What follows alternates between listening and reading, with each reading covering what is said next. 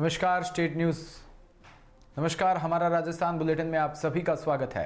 मैं आपके साथ हर्ष चौधरी। बुलेटिन की शुरुआत करने से पहले एक नजर बुलेटिन की अहम सुर्खियों पर। कर्नाटक हिजाब विवाद पर जज बोले, हम भावनाओं से नहीं कानून से चलते हैं।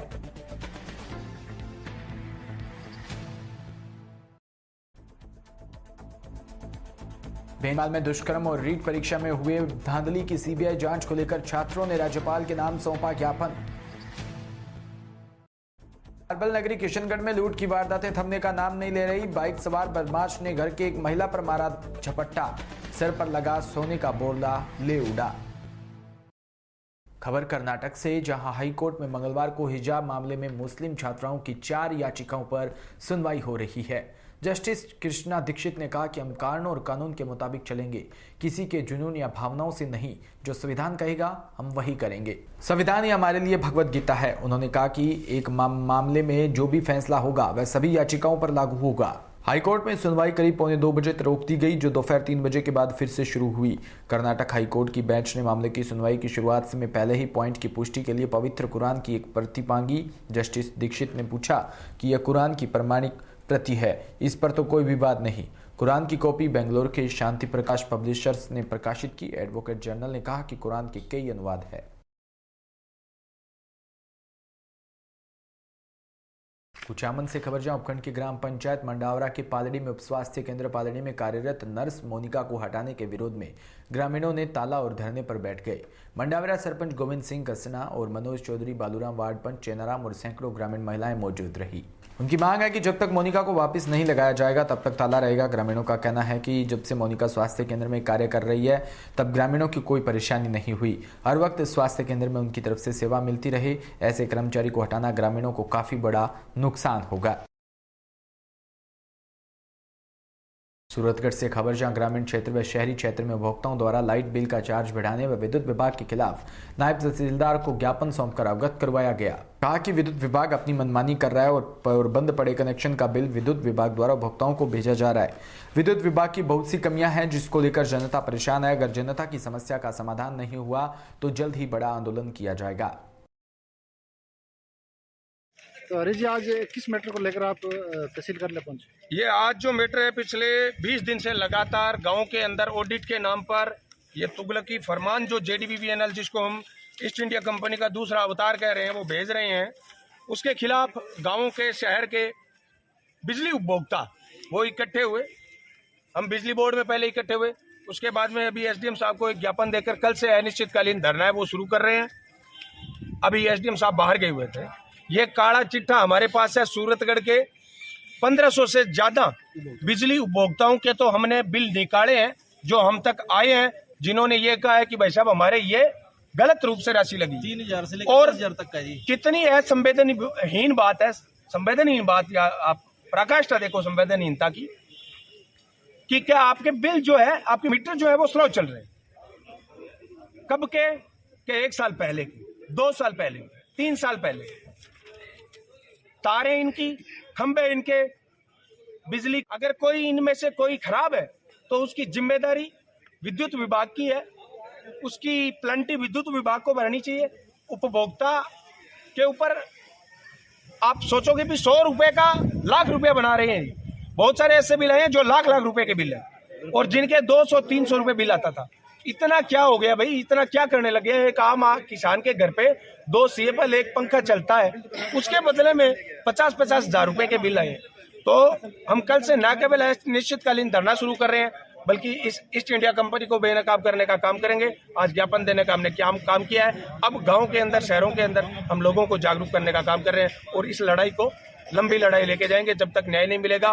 किसानों के कृषि कनेक्शन 3-3, 4-4 साल हो गए, लाखों रुपए लेके बैठा है। ये डिपार्टमेंट वसूली करने के अंदर इतना चुस्त है, इतना दुरुस्त है कि लास्ट डेट आई नहीं कि उससे पहले लोगों के घर ये बिजली के कनेक्शन काटने चले जाते हैं। जबकि जब पैसे लगाने की बात आती है, लोगों के कनेक्शन लगाने की बात आती है, 4-4 साल से, 5-5, 10-10 साल से लाखों रुपए किसानों के ये विभाग लेके बैठा है और डकारने का काम कर रहा है। अभी तक वहां पर कोई बिजली का बिल या कनेक्शन है वो नहीं हुआ है। कई उदाहरण तो ऐसे हैं इस डिपार्टमेंट के कि ना खंबा है, ना तार है, ना मीटर है, बिजली के बिल जा रहे हैं। इससे बड़ी संवेदनहीनता कोई हो नहीं सकती। तो इसके खिलाफ सूरतगढ़ के गांव के, शहर के सारे बिजली उपभोक्ताओं से मेरा अनुरोध है कि आप ज़्यादा से ज़्यादा संख्या में इस लड़ाई के अंदर आहुति दें और कल से इस लड़ाई को मजबूत करें। वहीं सूरतगढ़ के किशनपुरा में गुरु भरोसा सेवा संस्था सूरतगढ़ के अंदर रह रहे बेसहारा, लावारिस और मंदबुद्धि, विकलांग और ईश्वरीय प्राणियों को सेवा संस्थान के 125 जनों को समोसे की सेवा दी गई। सूरतगढ़ के समाज सेवी सलीम कुरैशी और किशनपुरा तौफीक कुरैशी, अमीन बाबू, राकेश अरोड़ा ने बताया कि संस्थान बहुत अच्छी सेवाएं दे रहा है और बढ़ चढ़कर संस्थान में सहयोग करना चाहिए। भिनमाल से कबरजा राजकीय महाविद्यालय के छात्रों द्वारा उपखंड कार्यालय पर पिछले 3 दिनों से लेटा गांव में 4 वर्ष की बहन के साथ हुई दुष्कर्म और रीट परीक्षा में हुई धांधली की सीबीआई जांच को लेकर राज्यपाल के नाम ज्ञापन सौंपा गया। छात्र प्रतिनिधि पंकज कुमार माली ने बताया कि वर्तमान सरकार में कानून की पूरी तरह से ऐसी तैसी हो रखी है। सरकार ने कानून का तो मजाक समझ लिया। महिलाओं के साथ बलात्कार को लेकर हमारा राज्य वर्तमान में अधिकतम पिछड़ता जा रहा है, जिसको लेकर प्रशासन और सरकार दोनों ही कोई ठोस कदम नहीं उठा रही। साथ ही युवाओं का भविष्य भी सरकार और सरकार के दलालों ने सर्कस समझ लिया है। किशनगढ़ से खबर जहां मार्बल नगरी में चोरी लूट की वारदातें थमने का नाम नहीं ले रही। एक बाइक सवार बदमाश ने घर के बाहर गोबर उठा रही महिला पर झपट्टा मारकर उसका सर पर लगा सोने का बोरला तोड़कर फरार हो गया। बुजुर्ग महिला ने काफी मशक्कत भी की, लेकिन बाइक सवार बदमाशों ने महिला को धक्का मारकर मौके से फरार हो गया। मामले की सूचना मिलते ही मौके पर पहुंची मदनगंज थाना पुलिस ने क्षेत्र में लगे सीसीटीवी फुटेज खंगाले। जानकारी के अनुसार वार्ड नंबर 32 राजा रेडी में रहने वाली 60 वर्षीय बुजुर्ग महिला बदामी देवी घर के बाहर गाय का गोबर उठा रही थी। इस दौरान पीछे से आए बाइक सवार बदमाश ने महिला का झपट्टा मारकर उसके सर पर लगा सोने का बोरला तोड़कर मौके से फरार हो गए।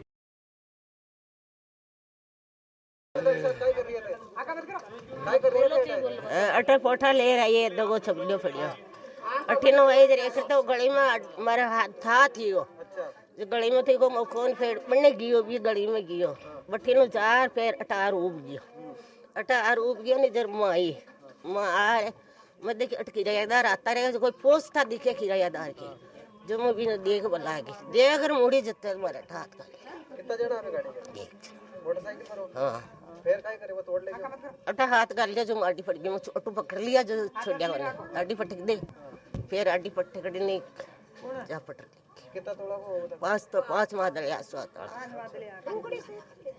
लोगड़ी खाना का भी है फिर ही करना का तो टोटे बेरी नहीं टोपी सा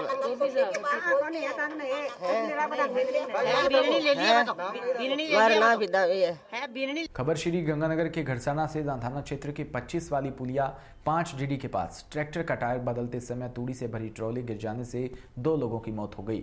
तूड़ी से भरी ट्रॉली के नीचे दबने पर दोनों युवकों मौके पर ही दम तोड़ दिया। वहीं स्थानीय लोगों की मदद से दोनों युवकों के शवों को घरसाना के सरकारी अस्पताल की मोर्चरी में रखवा दिया।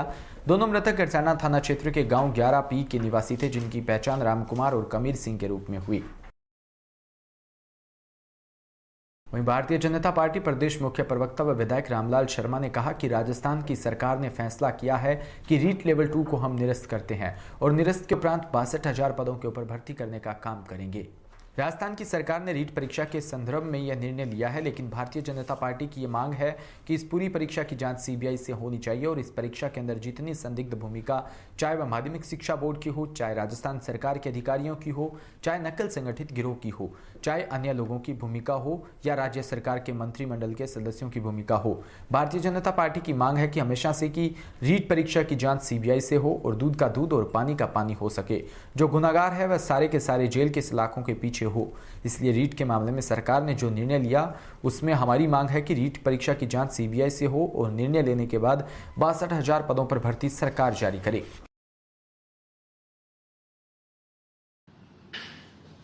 राजस्थान की सरकार ने फैसला किया है कि रीट लेवल 2 को हम निरस्त करते हैं और निरस्त के उपरांत 62,000 पदों के ऊपर हम भर्ती करने का काम करेंगे। राजस्थान की सरकार ने रीट परीक्षा के संदर्भ में यह निर्णय लिया है, लेकिन भारतीय जनता पार्टी की मांग हमेशा से यह है कि इस पूरी परीक्षा की जांच सीबीआई से होनी चाहिए और इस परीक्षा के अंदर जिनकी संदिग्ध भूमिका है, चाहे वो माध्यमिक शिक्षा बोर्ड के अध्यक्ष की हो, चाहे अन्य व्यक्तियों की हो, चाहे राजस्थान सरकार के अधिकारियों की हो, चाहे राजस्थान के अंदर नकल का एक संगठित गिरोह बन चुका है उनकी भूमिका हो और चाहे अन्य मंत्रिमंडल के सदस्यों की भूमिका हो। हाँ, भारतीय जनता पार्टी की मांग हमेशा से ये रही है कि सीबीआई से जांच हो, दूध का दूध पानी से पानी हो और जो गुनहगार है वो सारे के सारे गुनहगार जेल की सलाखों के पीछे हो। इसलिए रिट के मामले में निर्णय जो लिया है वो सरकार ने निर्णय लिया है। हमारी मांग है सीबीआई से जांच और निर्णय लेने के उपरांत 62,000 पदों की भर्ती सरकार जारी रखे, उसमें हमें कोई आपत्ति नहीं है। भर्ती की प्रक्रिया जारी रखे ताकि बेरोजगारों को भी उसका अवसर मिल सके। लेकिन हमारी मांग यह है कि जो भी दोषी है, जो भी गुनहगार है, वो सारे के सारे जेल की सलाखों के पीछे रहे। इसलिए सीबीआई से मांग हमारी अडिग है, आगे भी हमारी जारी रहेगी। और भारतीय जनता पार्टी के जो भी कार्यक्रम तय थे, चाहे 8 तारीख को महात्मा गांधी जी की प्रतिमा के नीचे धरना देने का हो, वो भी यथावत है। और 10 तारीख को युवा मोर्चा का कार्यक्रम है, ओबीसी मोर्चा के जो कार्यक्रम है वो कार्यक्रम यथावत रहेंगे। सिरोही के जवाल नगर पालिका में नई आबादी गली नंबर 2 में हुई सोमवार देर रात को चोरी की वारदात को लेकर फॉरेंसिक टीम के साथ SC/ST सेल के डीवाईएसपी डीएसपी दिनेश कुमार व मीठालाल थानाधिकारी थाना बरलूट ने घटनास्थल पर पहुंचकर घटनास्थल का निरीक्षण किया। आपको बता दें, जिस घर में चोरों ने घर के ताले तोड़कर जेवरात समेत कीमती सामान की चोरी को अंजाम दिया, उसी घर के मुखिया लीलाराम उर्फ ललित माली का 4 दिन पहले ही हार्ट अटैक से मौत हुई थी और ऊपर से चोरी की वारदात को लेकर परिवार पर दुखों का पहाड़ टूट पड़ा।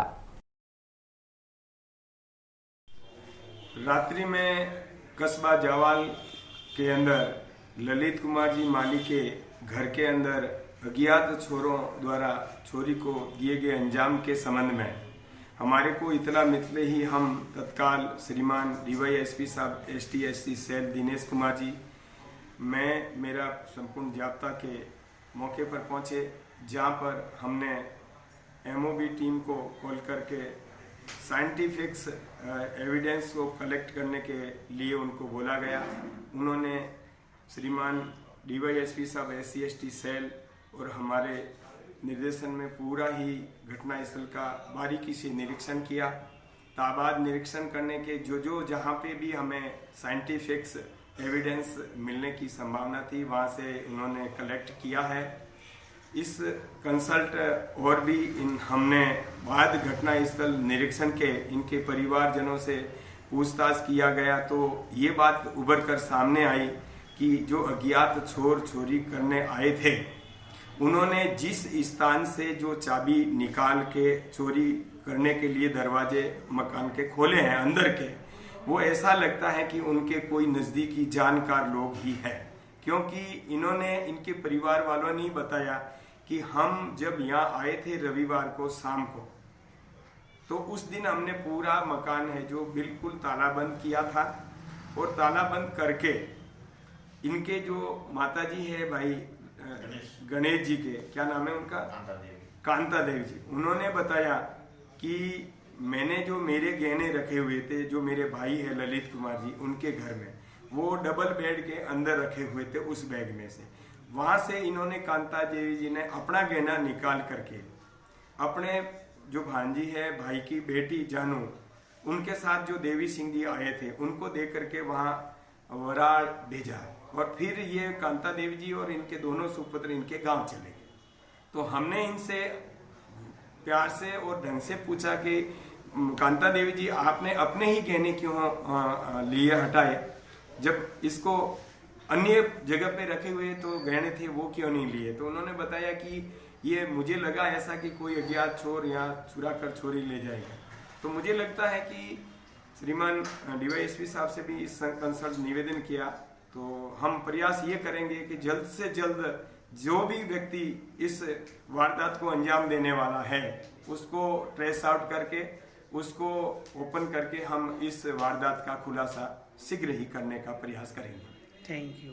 गरसाना की निकटवर्ती ग्राम पंचायत 2 STR के राजकीय उच्च माध्यमिक विद्यालय में सिविक एक्शन कार्यक्रम व भामाशाह सम्मान समारोह आयोजित किया गया, जिसमें 127 बटालियन BSF के कमांडेंट ऑफिसर अमिताभ पावर और उपखंड अधिकारी अभिलाषा पूनिया व मुख्य ब्लॉक शिक्षा अधिकारी आनंद बिश्नोई, सुखदीप कौर, प्रधानाचार्य 2 STR व इलाके के लोकप्रिय सरपंच हरप्रीत सिंह द्वारा भामाशाहों को सम्मानित किया गया। BSF ने स्वीक एक्शन के तहत विद्यालयों को home theatre, digital projector, tubelight, smart board भेंट किए। वहीं जोधपुर के तिंवरी से खबर, जहां पंचायत समिति तिंवरी के समस्त राजकीय विद्यालयों में कार्यरत पंचायत प्रारंभिक शिक्षा अधिकारी व माध्यमिक शिक्षा के संस्था प्रधानों की मासिक बैठक 8 फरवरी को पंचायत समिति तिंवरी के सभागार में CBO रतिराम संपूनिया की अध्यक्षता में आयोजित हुई। शिक्षा अधिकारी व RP पदाराम जाखड़ ने समस्त PO व संस्था प्रधानों को बैठक के मुख्य एजेंडे एवं बिंदुओं से अवगत करवाया। वहीं 2022 व 23 व 2025 से 26 तक की प्रत्येक सरकारी विद्यालयों की कार्य योजना निर्माण करके मुख्य ब्लॉक शिक्षा अधिकारी कार्यालय तिमरी को 9 फरवरी तक आवश्यक रूप से जमा करवाने के साथ प्लान योजना के प्रत्येक बिंदु पर आपसे विचार विमर्श करते हुए समग्र शिक्षा के तहत शिक्षा के क्षेत्र में प्रत्येक बिंदुओं पर अपनी कार्य योजना व पूर्ण विस्तार के साथ तैयार करके प्रेषित करने पर बल दिया ताकि निर्धारित समय सीमा पर जिला स्तर पर सूचना प्रेषित की जा सके।